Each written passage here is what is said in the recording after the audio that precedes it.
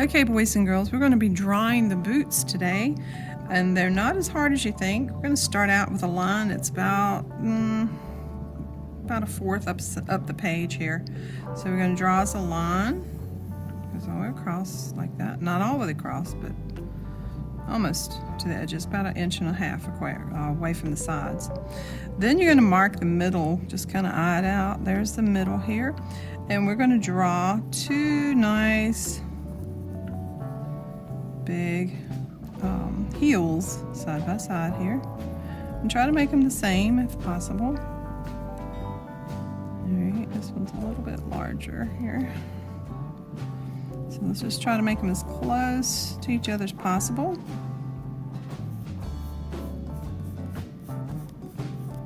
And I'll go back in and erase that out.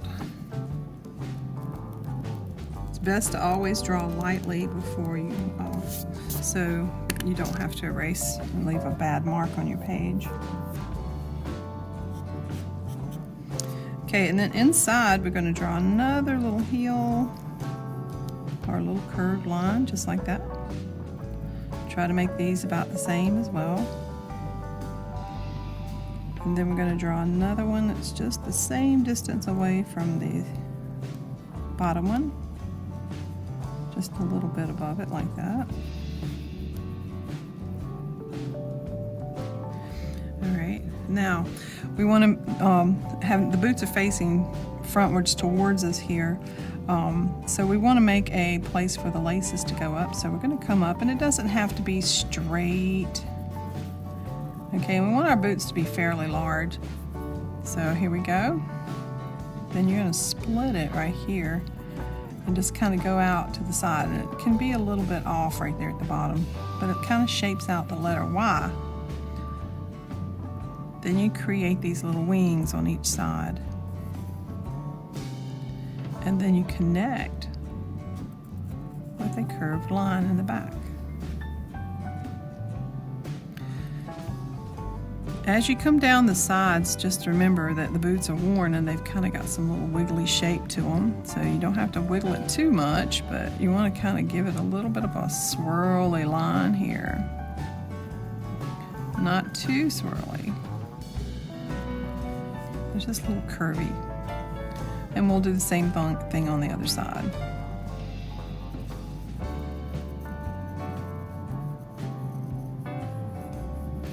Try not to get too narrow through here because you don't want your boots to look like they're just really tiny and it's not filled out.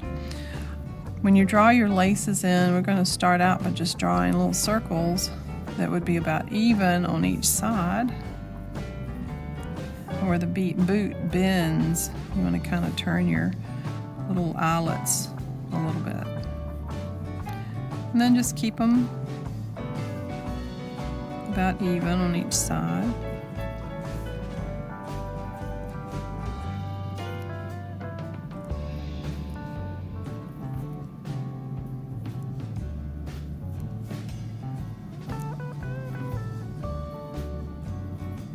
And then we're going to create the shoelaces, and we can keep this as a pattern, like drawing the same one all the way up, so you know you're connecting to the opposite side. These are the shoelaces. Now as you get up here, where it looks like the boot is open, we're going to make the strings look a little loose, so we might curve it a little bit. And the same here, just curve it just a little bit. Now we're going to make this one look like it goes on the inside of the boot up here because it has to come out so you can tie it. And this is how we do that. Just kind of swerve it a little bit. Now we'll come down here and we'll do the other side. And you'll have to stop it on one side and then continue on the other side as if the lace is going behind the other one. And you do the same thing all the way up to the top.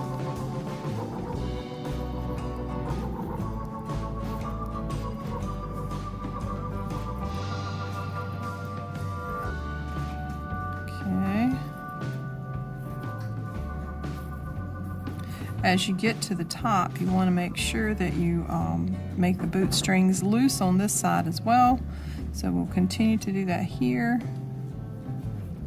And bring it over to the outside. And then the next one will go onto the inside of the boot for the lace to open up on the other side.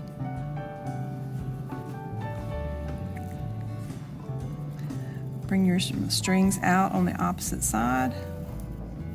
And just kind of let them flow down the side. And we'll do the same thing on this side as well. This side's going to be a little bit longer. We're going to let it kind of touch the floor. And come out.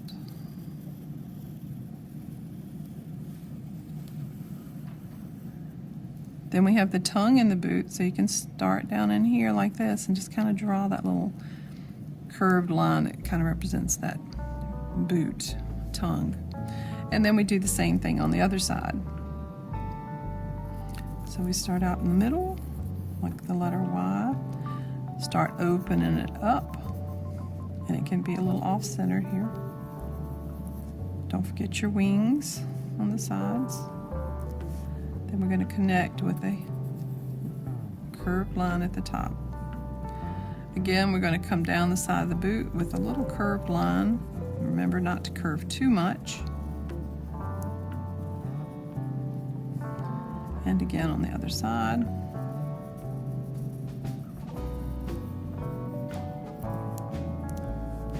Then we do our boot laces. Remember the boot's open, you're just going to kind of get it across from each side, and then as it comes down, just go right across from side to side.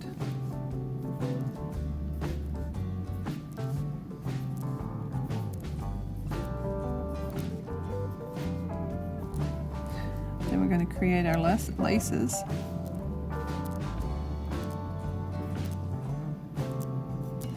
So we're going to start here. Just create a pattern, just like we did before.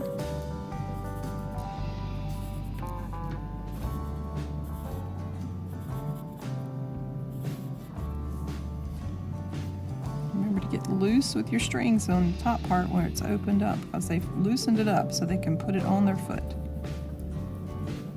Okay, and this one at the top goes inside, it doesn't go across the top. Same thing on the bottom. Remember, you can pause the video if I'm going too fast and you're losing track. Just make sure you pause the video and catch up. It's just that simple. I think you'll feel successful with your drawing. Sometimes it just helps to have somebody to guide you in the way that you need to go to be able to draw these things. It's not that hard. So just follow.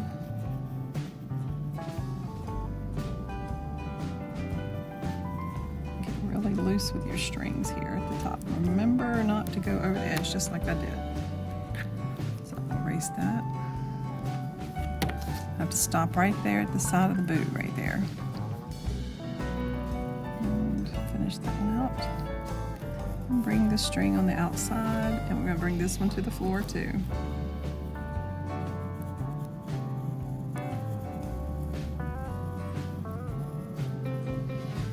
Now, when you're shadowing your boots or adding detail, I'll show you how to do that too, so you can have a little bit of information on that. And don't forget to draw your tongue in this boot also. Now, to shadow, what you want to do is just kind of lightly color with the side of your pencil like this to fill in the inside of the boot. And try to do it as smooth as you can. Don't put a lot of harsh marks in your paper.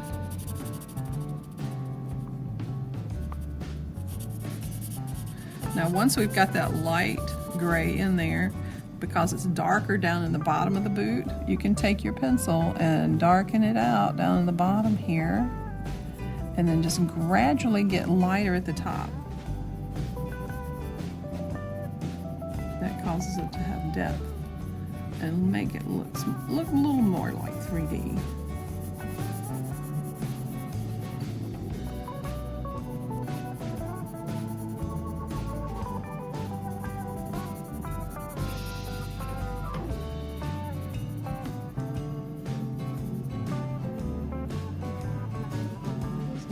darker down in the bottom than you do at the top. And just kind of make it gradually come out at the top.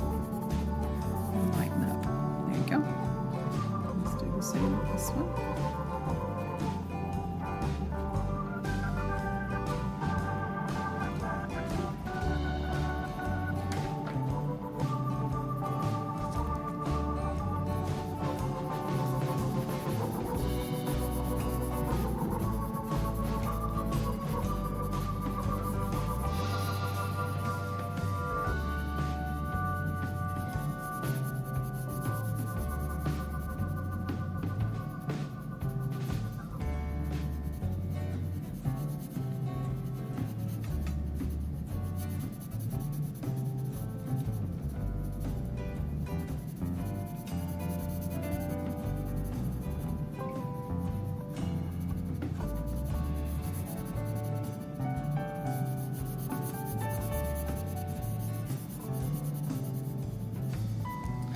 Okay, then a couple of little things here. You want to make some stitches along your boots wherever the stitch lines might be.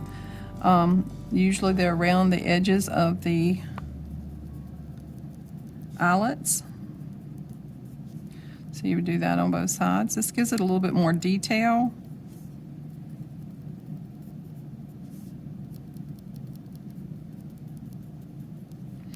And then you want to make sure you're going in and shadowing where the boot is like curving down like this.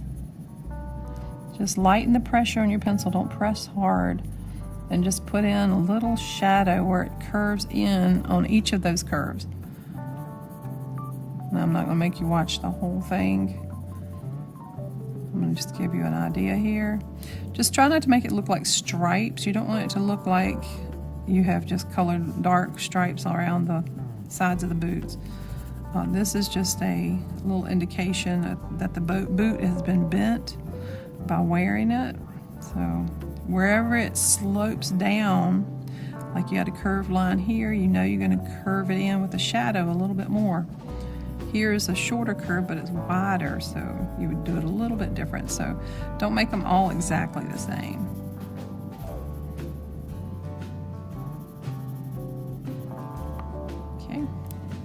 And that's how you do it. You can also add stitches along the bottom side of your boot. That might give it a little bit more character here. And the last thing we're going to do is put a little shadow underneath the boot. So you want to darken it just a little here. And then just kind of form out your boot shape a little. It's always going to be darker towards the bottom of the shoe, and then it gets lighter as it comes out. And that'll give you your shadow.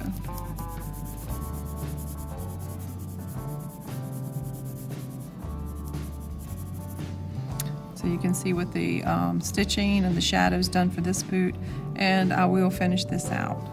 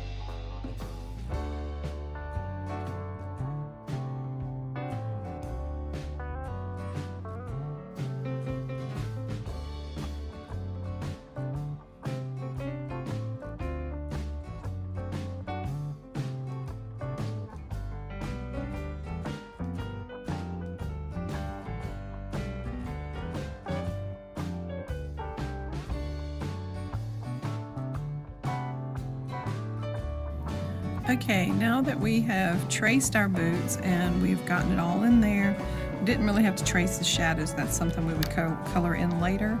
But if we want to transfer this to our poster, what we need to do is we need to flip it over on the back side here. So I'll remove my drawing here so you can see.